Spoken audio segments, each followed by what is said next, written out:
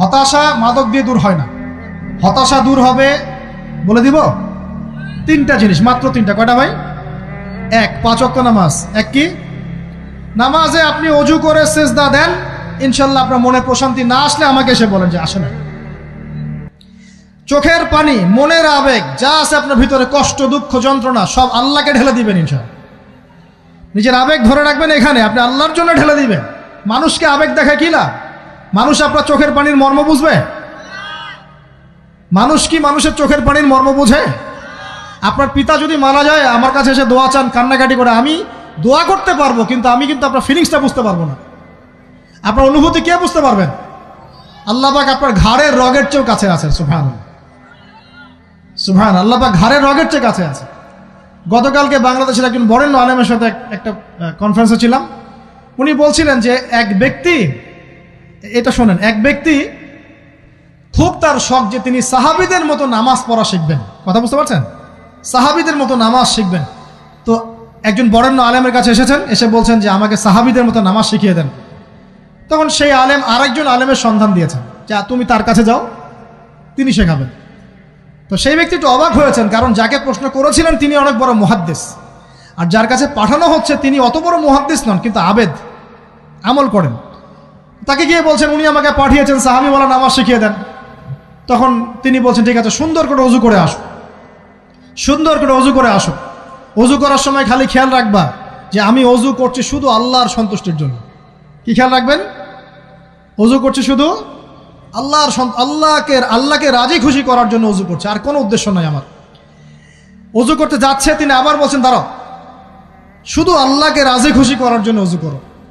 আবার শুরু করছেন, আবার বলছেন শোনো, শুধু আল্লাহকে রাজি খুশি করার জন্য অজু করো। এভাবে বলতেই আছেন, নামাজে দাঁড়িয়েছেন, দাঁড়ানোর আগে বলছেন শোনো, শুধু আল্লাহকে রাজি খুশি করার জন্য নামাজ পড়ো। বলতেই আছেন। এক পর্যায়ে সে ব্যক্তি নামাজ শুরু করলো, নামাজে মনোযোগ এদিক ওদিকে যায়, আর তার মাথায় এটা আসে, এই শুধু আল্লাহকে রাজি খুশি করার জন্য আমাকে নামাজ পড়তে হবে, শুধু আল্লাহকে রাজি খুশি করার জন্য নামাজ পড়তে হবে। এই চিন্তা তার মনের মধ্যে ঘুরপাক খাচ্ছে। এভাবে নামাজটা সে শেষ করেছে। শেষ করে চিন্তা করছে যে নামাজ তো পুরোপুরি মনোযোগ দিতে পারলাম না, বারবার মাথার মধ্যে এরকম চিন্তা আসছে, আল্লাহ আমাকে তুমি মাফ করে দাও, নামাজটা আমার মনে হলো না ঠিক মতো। তখন সে ফিরে এসে তার সে ওস্তাদকে বলছেন আমার তো নামাজ এরকম করে পড়লাম, কিন্তু শেষমেশ মনে হলো যে নামাজটা হয়তো কবুল হয় নাই, আল্লাহর কাছে খুব মাফ চাইলাম, আল্লাহ আমাকে মাফ করে দাও, নামাজটা মনে হলো না। তখন সেই যে প্রথম ব্যক্তি যিনি পাঠিয়েছেন তিনি বলছেন এটাই হলো সাহাবীওয়ালা নামাজ। তারা আল্লাহকে রাজি খুশি করার জন্য নামাজ পড়তেন, নামাজ শেষ করে আল্লাহর কাছে ইস্তেগফার করতেন, আল্লাহ কিছুই হলো না, কিছুই হলো না। আমার কথা কি বুঝতে পারছেন? অতএব আল্লাহকে রাজি খুশি করার জন্য আপনি আপনার আবেগ, আপনার ইবাদত সব ঢেলে দিবেন ইনশাআল্লাহ। অন্য কারো কাছে কিছু পাওয়ার আশা করবো। আমাকে আল্লাহ পাঠিয়েছেন দুনিয়াতে নামাজ পড়তে, রোজা রাখতে, দিনের প্রচার করতে, দিনের জ্ঞান অর্জন করতে, এই তো। তা আমি একজন মেয়ের জন্য জীবন নষ্ট করে দিব কেন? আমি তাহলে আল্লাহর কাছে কি মুখ দেখাবো, আর নবীর কাছে কি মুখ দেখাবো? ওখানে গিয়ে বলবো আল্লাহ আমি আমার অমুক প্রেমিকার জন্য আশেক হয়ে একদম জীবন দিয়ে দিয়েছি, আত্মহত্যা করেছি। গেছে ভাই, যাইতে দেন। যে ব্যক্তি আপনার অবস্থানকে মূল্যায়ন করে নাই সে আপনার যোগ্য ছিল না। এখন আপনি কি করবেন? নিজের অবস্থান উন্নত করেন, আপনার পিছনে লাইন ধরে ঘুরবে ইনশাআল্লাহ। এটাই বাস্তবতা। দুনিয়া খুব খারাপ জিনিস। মানুষের অবস্থানকে মূল্যায়ন করে, মানুষের অবস্থানকেই মূল্যায়ন করে, কিন্তু আল্লাহ রাব্বুল আলামিন আপনাকে সর্বাবস্থায় ভালোবাসেন। আলহামদুলিল্লাহ। এই যে আমরা এখন অনেক পাপ করছি না, আল্লাহ কি আমাদেরকে আযাব দিয়ে ধ্বংস করে দিয়েছেন? আল্লাহ পাক এখনো আমাদেরকে ভালোবাসেন, রহম করেন, আল্লাহ পাক অপেক্ষা করছেন কখন তওবা করবে, আমি তওবা কবুল করব। এই কখন আমার বান্দা খালি একবার বলে আস্তাগফিরুল্লাহ, আল্লাহ পাক সাথে সাথে মাফ করে দেবেন ইনশাআল্লাহ। আর সেই আল্লাহকে ভুলে আপনি কার পিছনে ছুটছেন? আমরা কিন্তু নিয়াত করতে পারি ভাই যে আমরা যারা ওয়াজ শুনলাম জীবনে কোনোদিন সিগারেটে হাত দিব না ইনশাআল্লাহ। রাজি আছি ভাই? অন্য বড় বড় জিনিস তো বহুত দূরের কথা। আচ্ছা, অনেকে রাজি হয় নাই কেন? আপনারা কি অলরেডি আসক্ত? আমি অনেক ভাইকে দেখেছি মাশাআল্লাহ ইফতার খুলেই একদম বেনসন টানা শুরু করে। হ্যাঁ, এটা যে হারাম আপনাদের কেউ ওয়াজ করে শোনায় নাই? এটাকে কি মনে করেন আপনারা, হারাম না হালাল? কেউ বলেছে মাকরু, নাকি মাকরু ফতোয়া দিয়েছে? মাকরু শব্দের অর্থ জানেন আপনি? মাকরু শব্দের অর্থ কি একটু শোনেন। সূরা বনী ইসরাঈল খুলবেন। কোন সূরা? সূরা বনী ইসরাঈল আল্লাহ পাক বলছেন, আমি বনু ইসরাঈলকে এই কাজগুলো করতে নিষেধ করেছিলাম। কোন কোন কাজ? জেনা করো না, জেনার ধার কাছে যেও না, এতিমের মাল আত্মসাৎ করো না, শিরিক করো না ইত্যাদি। যারা আলেম আছেন তারা আমার কথা বুঝবেন। এই কাজগুলোর পরে আল্লাহ পাক বলছেন যে এই প্রত্যেকটা কাজ আল্লাহর কাছে মাকরুহ, অপছন্দের। কিসের? অপছন্দ। তাহলে এটাকে আপনি সহজ মনে করছেন? নিয়াত করি আল্লাহ পাকের সন্তুষ্টির জন্য আমরা কোনোদিনও মাদকের সাথে সম্পৃক্ত হব না ইনশাআল্লাহ। আর বিশ্বাস করেন, শুধুমাত্র মাদকদ্রব্য নিয়ন্ত্রণ অধিদপ্তর এই আইন কানুন এগুলো দিয়ে, জরিমানা দিয়ে মানুষকে মাদক ছাড়ানো যাচ্ছে না, যাবে না। কেন যাবে না এটা আপনারা খুব ভালো করেই জানেন, আমি বলতে চাচ্ছি না। অনেক সময় মাদক বিরোধী কনসার্ট করে মানুষ, মাদক বিরোধী কনসার্টে ওঠার আগে এক বোতল ডাইল খেয়ে আসে আগে। এগুলো কি বাস্তব কথা বলছি না অবাস্তব কথা বলছি? আমাদের যুবক ভাইরা কোশ্চিনকালেও মাদকের ধার কাছে যাবেন না ইনশাআল্লাহ। একটা হাদিস খালি মনে রাখেন, একটা, এই হাদিসটা মনে রাখেন। নবী সাল্লাল্লাহু আলাইহি ওয়াসাল্লাম বলেছেন, কেউ যদি মাদকদ্রব্য সেবন করে তার 40 দিনের নামাজ কবুল হবে না। সিগারেট একটা খেয়েছি, 40 দিন নামাজ নাই। এরপর যদি সে তওবা করে আল্লাহ মাফ করে দিবে। আবার যদি মাদক খায় আবার 40 দিন কবুল হবে না। যদি আবার তওবা করে আল্লাহ মাফ করে দিবেন। আবারও যদি খায় আবারও 40 দিন কবুল হবে না। আবারও তওবা করলে আল্লাহ আবার মাফ করে দিবেন। চতুর্থবার সে যদি মাদক খায়, আল্লাহ রসুল সাল্লাল্লাহু আলাইহি ওয়াসাল্লাম বলছেন, আল্লাহ পাক কিয়ামতের মাঠে তাকে তিনাতুল খাবাল পান করাবেন। কি পান করাবেন?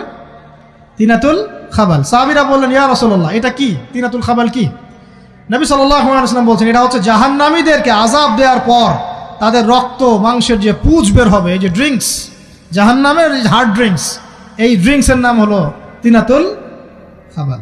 আল্লাহ পাক আমাদের সবাইকে মাদক থেকে বাঁচিয়ে রাখে। আমল হচ্ছে কোরআন তেলাওয়াত। যে ব্যক্তি কোরআন তেলাওয়াত করতে পারে নিয়মিত, তার মনের মধ্যে এই হতাশা, এই ভীরুতা, এই কাপুরুষতা কিচ্ছু আসবে না ইনশাআল্লাহ। আমি গ্যারান্টি দিচ্ছি আপনাকে, হতাশা আসবেই না আপনার মনে যদি আপনি কোরআন বুঝতে পারেন। কোরআনের একটা আয়াত নিয়ে কোনো সময় দেখা যায় 2-3 ঘন্টা সময় পার হয়ে যাচ্ছে, আয়াতটা ছেড়ে সামনে যেতে পারছি না। কোরআনের ভিতরে ঢুকলে আপনি দুনিয়ায় ভুলে যাবেন কি হচ্ছে আশপাশে। আমি এমন অনেক আলেমকে দেখেছি যে একটা বই, পাতলা একটা বই, আরবি বই নিয়ে পড়া শুরু করেছেন, ওই যে ফজরের পরে জোহরের ওয়াক্ত হয়ে যাচ্ছে, বইটাই শেষ করতে পারেননি এখন। বুঝতে পারবেন না? যখন আপনি ইলমের ভিতরে ঢুকে যাবেন, কোরআনের ভিতরে, হাদিসের ভিতরে, আপনার দুনিয়ার খেয়ালই নাই। একজন আলেম, তিনি এক রাত্রে একটা বই লিখেছিলেন, চটি বই, এক রাত্রের মধ্যে। বলা হচ্ছে, তার সম্পর্কে বলা হচ্ছে যে রাতের খাবার তাকে দেয়া হয়েছে যে আপনি এটা খেয়ে নেন। তো সে খাবারটা পাশেই আছে, খাবারটা খাবো, এটা লিখে খাবারটা খাবো, এরকম তার চিন্তা ছিল। ফজর হয়ে গেছে, বই লেখাও শেষ, খাবার এই অবস্থায় পড়ে আছে, ডুবে গেছেন ভিতরে, খাওয়ার মাথায় তার খেয়াল নাই। এরকম হয়। একজন মনীষী, বিখ্যাত মনীষী, রিয়াদুস সালেহীন কিতাবের রাইটার, সংকলক আল্লামা নববী রাহিমাহুল্লাহ, এরকম সারা রাত চলে গেছে, পাশে 2টা খেজুর, ওই 2টা খেজুর খাওয়ারই সময় পান। হাদিস নিয়ে গবেষণা করতে রাত পার হয়ে গেছে। আমি বলতে চাচ্ছি, যখন ইলমের ভিতরে, কোরআন হাদিসের ভিতরে ঢুকে যাবেন, আপনার দুনিয়ার খেয়াল আপনার চলে যাবে ইনশাআল্লাহ। এই টেনশন, হতাশা, এই সেই বাদ। তখনই আল্লাহ পাক আপনাকে তার পক্ষ থেকে রহমত দিবেন, বরকত দিবেন, আল্লাহ আপনার দুনিয়ার কাজগুলো করে দিবেন ইনশাআল্লাহ। তখন দেখবেন কেউ আপনার দুনিয়ার ওই কাজটা করে দিয়েছে, কেউ ওই কাজটা করে দিয়েছে, কেউ বাসায় খাবার পাঠিয়ে দিয়েছে, আল্লাহ পাকই এগুলো করাই দিবেন ইনশাআল্লাহ। তো প্রিয় ভাইরা, মাদকে যাব না আল্লাহর কাছে আসবো? 2 নাম্বার কোরআন তেলাওয়াত, 3 নাম্বার আল্লাহর জিকির। 3 নাম্বার কি ভাই? আল্লাহর জিকির। চলতে ফিরতে সব সময় মুখ চলতে থাকবে, মুখ না চললেও মনে মনে মন তাজা থাকবে, মনে মনে জিকির হতে থাকবে। মনে মনে জিকির করতে পারেন? মুখ নড়বে না, কিন্তু মনে মনে আপনার একটা জিকির হতে থাকবে, সুবহানাল্লাহ বা আলহামদুলিল্লাহ, লা ইলাহা ইল্লাল্লাহ, আল্লাহু আকবার। পারা যাবে? পারে। মানুষের মন কখনো চুপ করে থাকে না, কিন্তু মানুষের মন অলওয়েজ কিছু না কিছু চিন্তা করতে থাকে না, যতক্ষণ না ঘুমায় মানুষ। তো প্রিয় ভাইরা, বেশি বেশি জিকির করব, সুবহানাল্লাহ, আলহামদুলিল্লাহ, লা ইলাহা ইল্লাল্লাহ, আল্লাহু আকবার, লা হাওলা ওয়ালা কুওয়াতা ইল্লা বিল্লাহ, এগুলো চলতে থাকবে। আল্লাহ পাক তৌফিক দান করুন, আমিন। আমরা আমাদের সমাজে যুবকদেরকে এরকম টিকটকে দেখছি, অনলাইনে আসক্ত দেখছি, জেনায় আসক্ত দেখছি, পর্নোগ্রাফিতে আসক্ত দেখছি। আমরা দেখছি আমাদের যুব সমাজকে মাদকে আসক্ত, কিশোর গ্যাংয়ে আসক্ত। এইগুলো কি আমাদের কাম্য ছিল ভাই? আমাদের কাম্য ছিল?